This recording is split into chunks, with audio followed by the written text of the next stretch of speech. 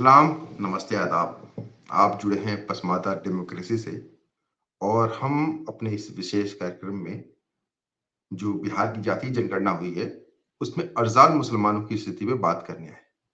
हम फिरोज़ मंसूरी साहब, जो राष्ट्रीय पसमादा मुस्लिम समाज के राष्ट्रीय संयोजक हैं, उनसे हम इस बारे में बात करेंगे। इससे पहले भी आपने उनका एक वीडियो देखा होगा, जिसमें वो बिहार की जातीय जनगणना पे बात कर रहे थे। तो हमसे जुड़ चुके हैं। जी, बहुत-बहुत स्वागत है फिरोज़ भाई आपका। यहाँ पर ये देखना है कि पहली बात तो यहाँ के माननीय मुख्यमंत्री को और तेजस्वी जी को बधाई देना चाहिए तमाम अरज़ाल मुसलमान की तरफ से, अति पिछड़ा मुसलमानों की तरफ से और तमाम वो जाति जो शोषित वंचित है, बधाई दिया जा रहा है और कि इन्होंने बड़ा काम कर दिया। एक तो बड़ा काम ये कर दिया कि आज तक पता ही नहीं चल रहा था कि इनकी कितनी जाति है। हुँ, 1933 का जो मामला था, उसमें जो हुँ, जितनी भी जाति थे, सब जाति अपना-अपना संख्या जो है, कोई 12%, 13%, 11%, 9% कर रहे थे। अभी ये हुँ, बहुत अच्छा हुआ कि 2000 जनगणना 2022 आ गया, 2023 में जो आपके सामने आ गया। अब उसमें जो है क्लियर कट हो गया। अब हमको यहाँ पर क्लियर ये हो गया कि आप देखिएगा कि साफ-साफ हम अगर अति पिछड़ा जाति को ही माने उसमें बड़ी जाति को हम ले लेते हैं, चूँकि आप जान रहे हैं कि बिहार में जो है ओबीसी में भी 2 कैटेगरी है, एक ओबीसी है और उसके बाद एक्सट्रीमली बैकवर्ड क्लास है। उसमें हुँ, साफ-साफ क्लियर हो गया कि मुसलमानों की जो अज़लाफ़ की जाति है, जैसे आप पहला जाति आप नाम ले लीजिए अज़लाफ़ में हुँ, मोमिन, अंसारी, चोल्हा। अब इसकी आबादी जो है 18,95,672 ये 46,34,245 है। कुल मिलाकर ये 54% है ना? उसके बाद अब हुँ, सेकंड नंबर पे जो है धुनिया है, आप उसको देख लीजिएगा 18,68,192 है और उसकी जो प्रतिशत है वो 1.42% है।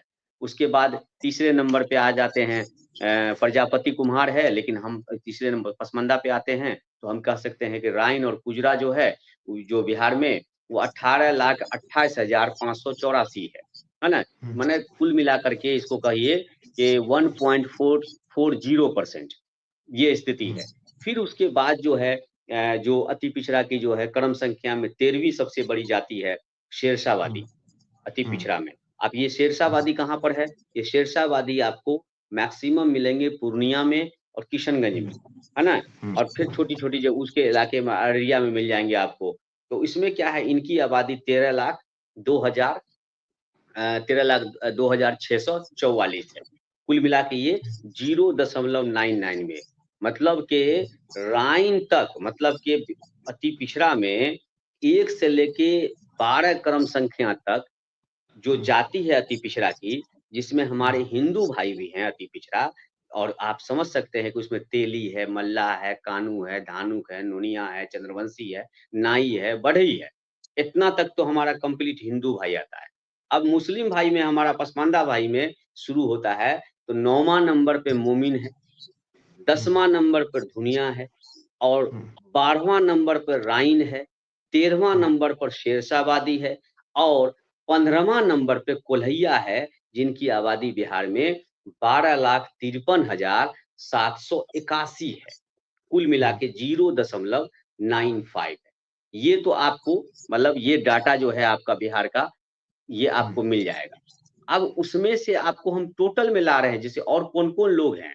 अब यहाँ देखिए, जिसको अरज़ाल मुसलमान कहते हैं, मतलब अरज़ाल मुसलमान की सबसे बड़ी आबादी। ये भी हुँ, बात बड़ी होनी चाहिए ना कि अरज़ाल मुसलमान जी, की जी, सबसे जी। बड़ी आबादी कौन है? जैसे हम हुँ, अरज़ाल मुसलमान में हम जानते हैं कि फ़कीर होते हैं, वो भीख हुँ, माँगते हैं, है ना? जिसको आप साईं भी कहते हैं, फ़कीर भी कहते हैं, मदार भी कहते हैं, दीवान भी कहते हैं। तो ये बिहार में 6,63,197 है। अब यहाँ से अरज़ाल मुसलमान को आप शुरू ले लीजिए। उधर तो अभी तक बात जो हो रही थी, वो अज़लाफ़ मुसलमान की बात हो रही थी। हम अज़लाफ़ उसको कह सकते हैं। फिर आगे डिफ़ाइन करेंगे कौन अनटचेबिलिटी में आएगा, कौन छुआ-छूत में आएगा, वो अलग विषय है।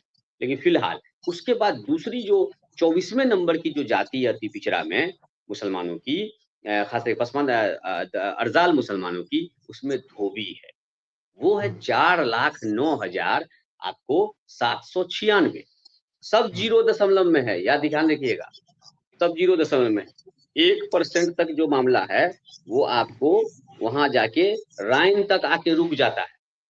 मैंने टोटल अति पिछड़ा की जाति में मिलाइएगा, टोटल कुल पॉपुलेशन जो बिहार का है उसमें 1% तक राइन तक आके रुकता है। मतलब दुनिया के बाद राइन, उसके बाद कहीं कुछ नहीं रुकता, उसके बाद सब 0 में चले जाते हैं। तो ये जो अर्जाल जाति जो आपका है वो 0 है। उसके बाद अगली जाति जो है वो इदरीसी और दर्जी का है। इनकी आबादी बिहार में 3,29,661 है, मतलब 0.25%। वो भी आपके सामने है, बिल्कुल आप डाटा ठीक कर रहे हैं, बिल्कुल डाटा सही है आपका। उसके बाद आ जाइए, हम यहाँ पर तो थोड़ा चुनना, उसके बाद 33वां नंबर पर शेखड़ा है। अब यहाँ पर देखिएगा शेखड़ा, आप इस चीज को आप समझिएगा कि शेखड़ा, और इसमें देखिएगा 2,48,000 जो है यहाँ शेखड़ा है। उसके बाद 36वां नंबर पर चुड़ियारा मुसलमान है, मुस्लिम, इसकी आबादी 2,07,000 है। फिर इसके बाद देखिएगा असली जिसको कह सकते हैं कि अर्जाल है, अर्जाल है, वो है भाट। भाट, यहाँ भाट एक जाति है मुसलमानों की, इनकी आबादी बिहार में, भाट बक्खो होता है उसके, भाट बक्खो की एक कैटेगरी है, मदारी भाट बक्खो, इन लोगों का काम है मांगना, नृत्य करना, मांग के अपनी कला दिखाना, है ना, और माल मवेशी को भी जो है ये करते हैं, तमाम चीजों को पे ध्यान, मतलब उसका इलाज करना, मतलब कुल मिला के बहुत मेहनतकश जाति है। और इसकी जो प्योर स्थिति है वो बक्खो वाली स्थिति है, नट वाली स्थिति है। तो ये अर्जाल मुसलमान है, और ये आपको 89,052 है। उसके बाद लेहरी आता है ना। तो लेहरी भी जो है, ये चुड़ियारा का जो कैटेगरी होता है लेहरी, है ना, लाह का जो काम करता है वो है। उसके बाद अब आइए डफाली, जो डफ बजाते थे, जिसको हाशमी हम लोग बोलते हैं, है ना, इनकी आबादी 73,259 है।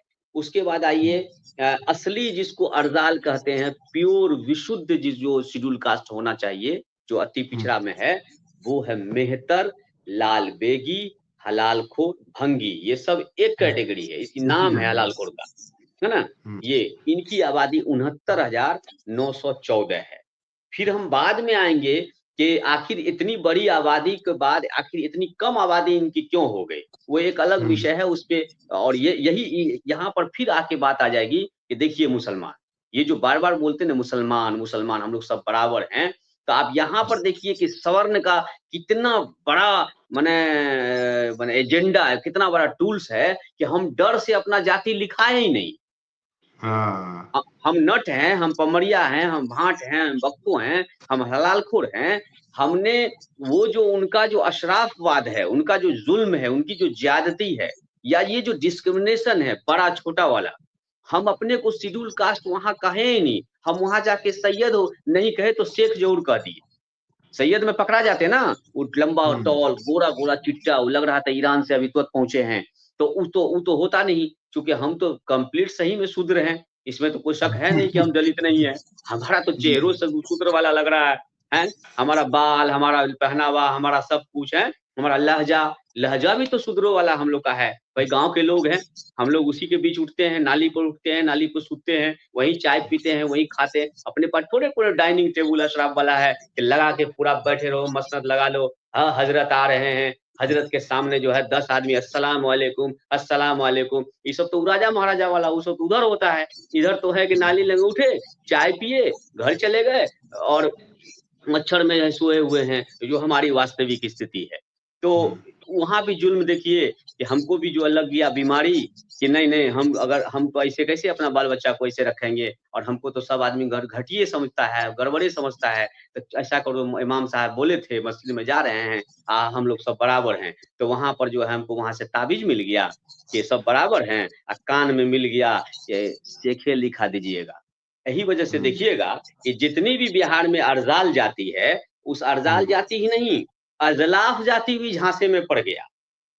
जो अजलाफ जाति है, जो अपने को कहते थे कि हम जो है अंसारी हैं, हम मंसूरी हैं, हम राइन हैं, इन्होंने क्या किया, कहीं कहीं उत्तर बिहार में और दक्षिण बिहार में सब कोई शेख राइन हो गए, कोई शेख मंसूरी हो गए, और नट पमरिया अर्जाल ने तो कंप्लीट कह दिया कि हम शेख हैं।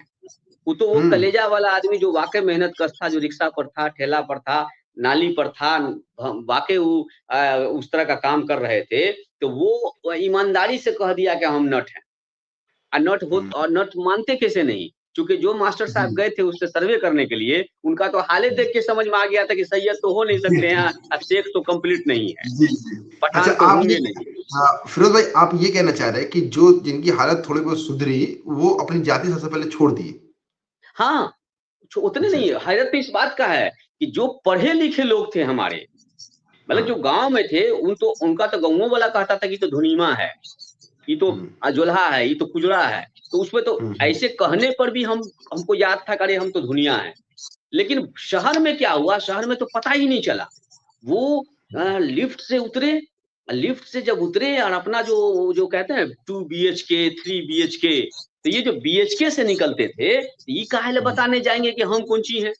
वो तो सो पूछता था, हजरत आपका ताल्लुक कहाँ से है? तो हमारा ताल्लुक तो ईरान से है। तो हमारा ताल्लुक तो सऊदी अरबिया से है। तो जाहिर सी बात, जब ताल्लुक है तो सैयद से नीचे उतरिएगा तो शेख जी होइएगा, और देखिएगा कि अगर पकड़ा जाएंगे तो पठान तो तय है। तो अगर वो पठान बोल हाँ देते थे, वो हाँ बिल्कुल वो पठान बोल देते, कहते मेरा खान है ना, क्या नाम है भाई? तो फलना खान, मुन्ना खान, जी। अच्छा, कन्नू फिरोज खान। भाई, एक बात और इसमें मैं जोड़ना चाह रहा था, पूछना चाह रहा था आपसे कि हम ये देखते हैं कि ये लोग जैसे नट, जैसे जैसे जुल्हा अंसारी बन गए, या कुजला राइन कहलाने, धोबी हवारी हो गए, तो ये अशराफीकरण का एक पूरा वो कि अपनी जड़ें हम भारत में न खोज के फिरोज भाई, हम सऊदी अरब के किसी घराने, किसी उससे नहीं नहीं, खोज के इसके लाते हैं। हाँ, हाँ तो क्यों खोजे, इसके पीछे वजह है ना, जी जी इसके पीछे वजह है, बहुत बड़ी वजह है। एक्चुअल में ये जब देखिए है तो सब यहीं के, जी, बिल्कुल और वो बिल्कुल भी जो फिरोज। अपने को, हम तो आप आगे बढ़ के कह रहे हैं कि वो भी जो अपने को सऊदी अरबिया बता रहे हैं ना, वो हम्म। अगर पता चल जाएगा ना, तो आपको पता चल जाएगा कि कोई जो है जम्मू कश्मीर के नहर पर पैदा लिया था, हम्म। जो नेहरू बन गए। अब किसी का पता चलेगा उत्तर प्रदेश के बाराबंकी में पैदा ले लिया है। तो हम्म। है सब वो भी यहीं का। क्लाइमेटिकली जो है ना, जो उत्तर भारत के लोग हैं, जो दक्षिण भारत के लोग, जो पहाड़ के लोग हैं, एक्चुअली एक्चुअली देखिए हमारा वेशभूषा है, अब्दुल्ला भाई थोड़ा सा साइंटिफिक इस चीज को समझिए। जी जी। हमारी जो भाषा, हमारी जो वेशभूषा है ना, ये क्लाइमेट तय करती है। अब हम्म। अभी आप सोचिए ना, ठंडी का टाइम है, हम्म। कोई पागले आदमी न होगा जो कपड़ा वपड़ा खोल के गंजी उंजी में ऐसा ऐसे कहीं बैठा हुआ होगा। इसका जी जी, मतलब है कि बिल्कुल। उसका दिमाग जो है, क्योंकि अब क्या हुआ, ये वही आदमी अभी 15 दिन पहले, 1 महीना पहले पूरा टाई सूट में था और टी शर्ट में था। वही आदमी पतला पतला सब चीज पहने हुआ था, और वही आदमी अभी स्वेटर पहने हुआ है, तो कोई कोट पहने हुआ है, तो कोई, ये क्या है? ये क्लाइमेट तय करती है आपका। आपकी जो हम्म। आपका जो वस्त्र है ना, वो क्लाइमेट तय करती है, और उसके हिसाब से ही आपका स्किन जो है ना, आपका स्किन वो भी जलवायु ही तय करती है। बिल्कुल बिल्कुल नहीं बिल्कुल तय फिरोज करती है। आप चले जाइए बिल्कुल। राजस्थान में, राजस्थान के लोग क्लाइमेट से प्रभावित हैं, इसलिए घाघरा चोली और तमाम तरह का मुरठा और तमाम तरह का, कोई वो धार्मिक लोग नहीं है जिसको धर्म ने इंस्ट्रक्शन दिया था कि तुम पाग पहनना। उसको क्लाइमेट ने कहा था कि आप पाग पहनिएगा, आपको घाघरा चोली पहनना है ताकि आपके अंदर जो है डस्ट नहीं एंट्री कर सके, है ना? ये उनकी वेशभूषा क्लाइमेटली है। मैं कह रहा हूं कि जस्ट लाइक यहाँ पर हुआ, यहाँ जो जाति है ना, यहाँ जो जाति है, जो जाति नहीं कभी, है ना, जाति जाति नहीं, इसके पीछे वजह है, चूंकि वो पढ़ा लिखा तबका था। और पढ़ा लिखा तबका को जब हम लोग देखते थे, तो हम देखते थे कि चाय भी पी रहे हैं, तो एक बार चाय से पी रहे हैं आराम से, क्योंकि कॉन्फिडेंस था ना।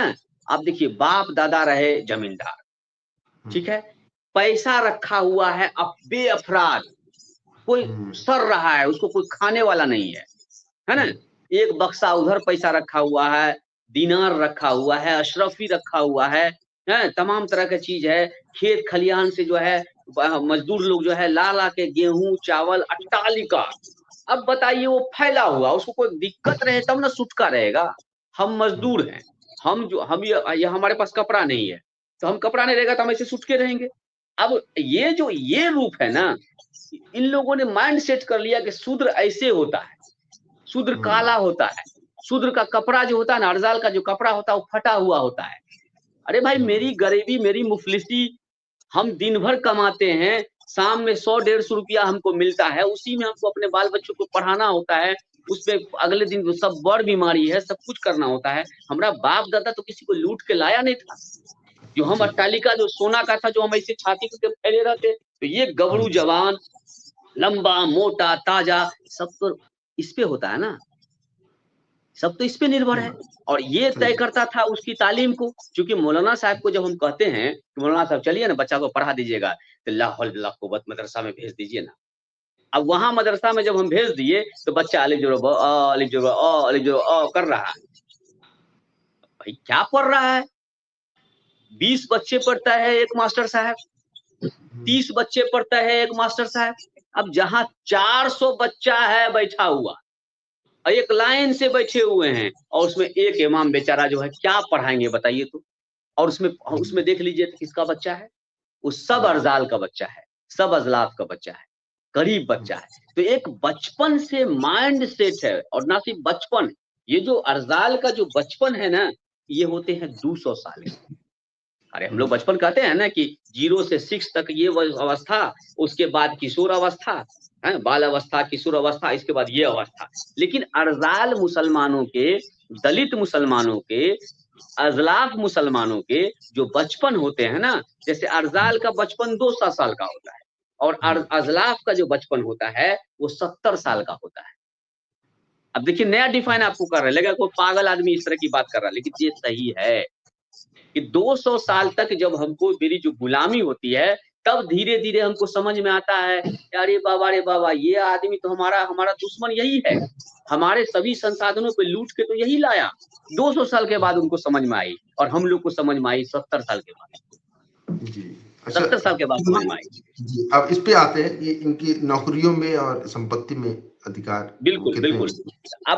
अब तो मान के चलिए, तो इसका पूरा कैटेगरी आपको क्लियर हो गया जी, कि जो जी, हमारे जी, यहाँ जो जो क्लियर है। जी। और उसमें भी आगे आ जाइए नठ पे, जो हुँ, मुसलमानों के अति पिछड़ा का, और खास करके 50वां नंबर पे अति पिछड़ा में नट, हुँ, जिनका काम ही था कंप्लीट मांग के खाना, अपनी कला दिखाना, अपना प्रदर्शन करना, है ना? और उनकी हुँ, आबादी जो बिहार में 61,000 है। फिर आ हुँ, जाते हैं चीक। आप जानते हैं कि एक बड़ा वाला होता है, कोई छोटा वाला होता है। ये जो बेचारा छोटा वाला बकरी खस्सी वाला है, हाँ, हुँ, एक ठो कि भर दिन में बेच लिए, और उसी से जो उनको जो है मिला, उसपे जो उसकी ज़िंदगी है। फिर रंगरेज है, ये इसका हुँ, 56वां क्रम संख्या आता है। फिर बक्खो है। अब बक्खो देखिए अच्छी खासी आबादी है। आप आइएगा बिहार में, तो आप देखिएगा कि दरभंगा में आपको बक्खो मिल जाएँगे, नालंदा में बक्खो मिल जाएँगे। बिहार शरीफ में अच्छी खासी आबादी है, लेकिन आपको जानकर हैरत होगी, इनकी आबादी 36,830 है।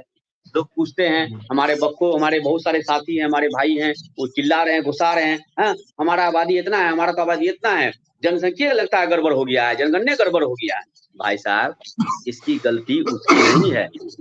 हमने उनको बताया ही नहीं कि हम बक्खो हैं।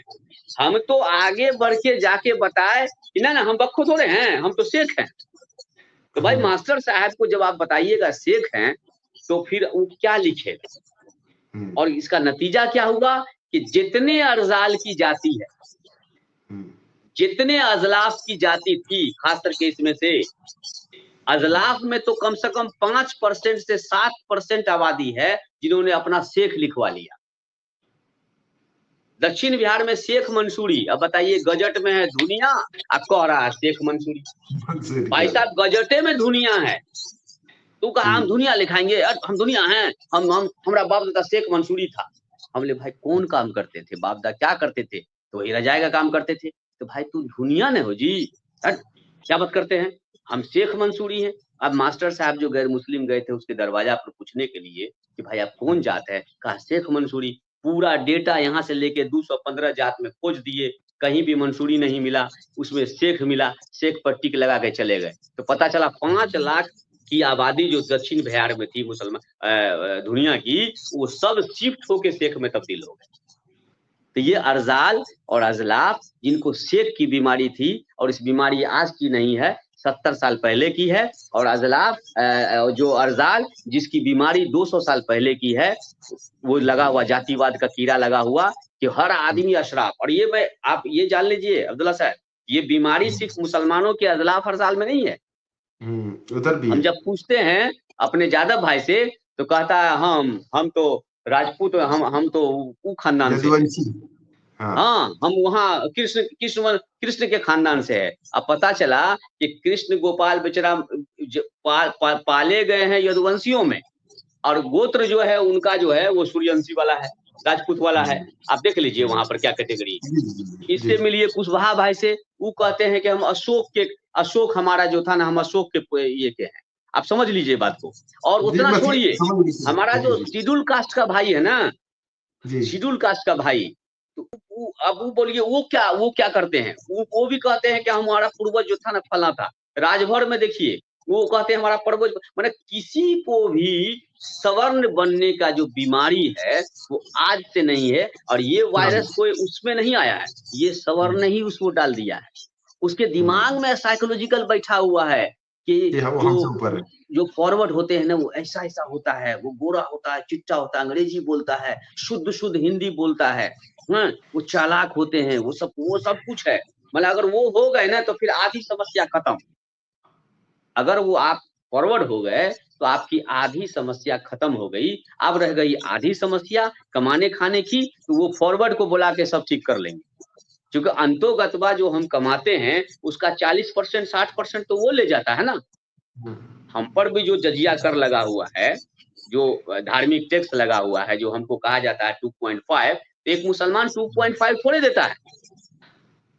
देख लीजिए ना, एक सही मुसलमान सिर्फ सही। 2.5 नहीं देता है अब्दुल्ला साहब, वो जी मस्जिद जी में इमाम साहब के नाम पर भी देता है, जी जी जी मस्जिद के तामीर पर भी देता है, फिर बच्चों की तालीम पर भी देता है। वहां से निकलने के बाद उसी मस्जिद में तीसरे मदरसा का आदमी भी ऐलान करता है कि जनाब फला मुफ्ती साहब आए हुए हैं, पता चला उनको भी आप दीजिए। फिर पता चलता है जी 2-3 मौलाना साहब जो है मस्जिद में रहते हैं। उसके बाद एक नया तरीका हुआ है, बैंड बजाते बजाते गाड़ी पर बैठ के ऐलान के साथ आपको जन्नत के ईंट की गारंटी दी जाती है कि आप अगर अभी हमको दे दीजिएगा ना, और खास करके हमारी माँ और बहनों को जो है उसको कहा जाता है कि आपके वालिद साहब का वहाँ ईंट में जो वहाँ जो है जन्नत में जो है आपका घर बन जाएगा। एक ईंट यहाँ लगाइएगा ना तो वहाँ जन्नत में आपका घर है। अब कौन आदमी अपना जन्नत में घर नहीं बनाएगा? क्योंकि यहाँ तो घर देखे नहीं बाप जलम। अपना वाला जो घर है वो तो टीन का है, पन्नी का है, नाला पर सूते हुए हैं।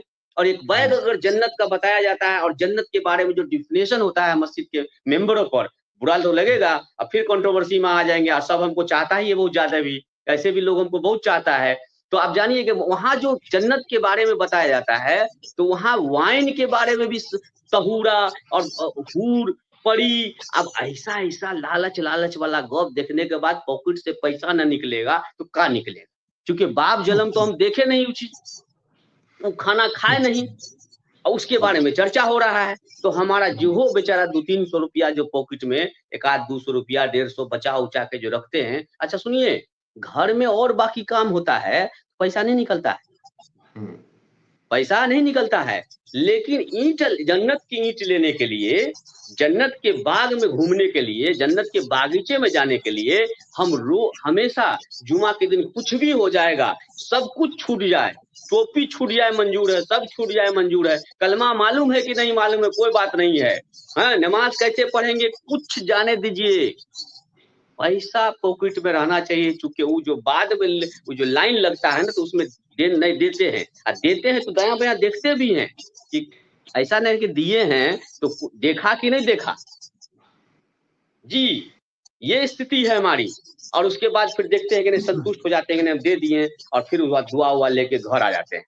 ये स्थिति है। तो ये जो जन्नत की ईंट खरीदने का जो कॉन्सेप्ट हमको बचपन से दिया गया, पिलाया गया, उनका चर्चा कुरान में है नहीं, ये आप जान लीजिए। उसके लिए इन्होंने कई चीज़, वही वेद वाला हाल इन लोगों ने कर दिया है कि कई चीज़ ला दिया है, और उसके बाद जब कंट्रोवर्सी में फँसता है तो कहता है कि सब इमाम ठीक है। इमाम हम्बली ने कहा वो भी ठीक है, शाफ़ी ने कहा वो भी ठीक है। मतलब कंप्लीट जो है वहाँ पर जो है ना गठबंधन है। कंप्लीट गठबंधन, वहाँ कोई कंट्रोवर्सी नहीं है, सब ठीक है। लेकिन जैसे रेवेन्यू लेने की बात आती है तो ये देवबंदी है, ये बरेलवी है, ये अशराफिया है, अब बस यही। और उसमें हमारा सबसे ज्यादा जो लोग फंसा हुआ है वो हमारा यही अजलाफ अरजाल फंसा हुआ है। जी जितना भी जी अर्जाल है, जितना अशराफ जी है, ये सब देवबंदी बरेलवी में पूरा जो है कंप्लीट है। और यही वजह है कि सभी लोग अपना जो वाजिब जाति थी, वाजिब उन हिस्सेदारी होता, वाजिब वो कोई भी जाति हमारे बिहार में जो अजलाफ की अर्जाल की जाति है, वो मिनिमम 5 लाख से नीचे नहीं है। मिनिमम 5 लाख से नीचे नहीं है। लेकिन हमने क्या कर दिया, हम 36,000 हो गए, हम 12,000 हो गए, हम जो है 13,000 हो गए, हम 11 हो गए, हम मतलब अदरिखी को लीजिए ना 30,000 है। मतलब उसी तरह आप देख लीजिएगा कि मैंने ये सिकलगढ़ मुस्लिम जो है वो 18,000 है, मिरियासीन जो है वो 15,000 है। अब कुल मिलाकर मतलब समझिए कि अपनी जाति छुपाने के चक्कर में हमने उनको मजबूत कर दिया। जी हम और वो आके दावे के साथ कहा, जब जाति गणना में हम सर्वे वाला जो हम दे रहे थे, हमने पोस्ट किया, तो उसमें उन्होंने कहा कि सबसे नंबर 1 कौन? तो सबको कहना पड़ेगा शेख। ये कोई नहीं कहा कि भाई ये शेख जितना है, ये जितना जो हमारा अजलाफ जाति था, अर्जाल जाति था, इन्होंने ऐसा काम किया और आखिर अपनी जाति छुपा ली, जिसका नतीजा है कि आज हम बर्बाद हो गए। और जी उसके बाद हम आज, लेकिन हाँ, उसके बाद भी 85% पे हम काबिज रहे। हमारे टोटल पॉपुलेशन में जो है हमारा अच्छा खासा पॉपुलेशन था, 17% में हम 13% पर आज भी हैं पसमानदा मुसलमान, जिसमें से हमारा जो है अर्जाल भाई की भी संख्या अच्छी खासी है। जी जी अच्छा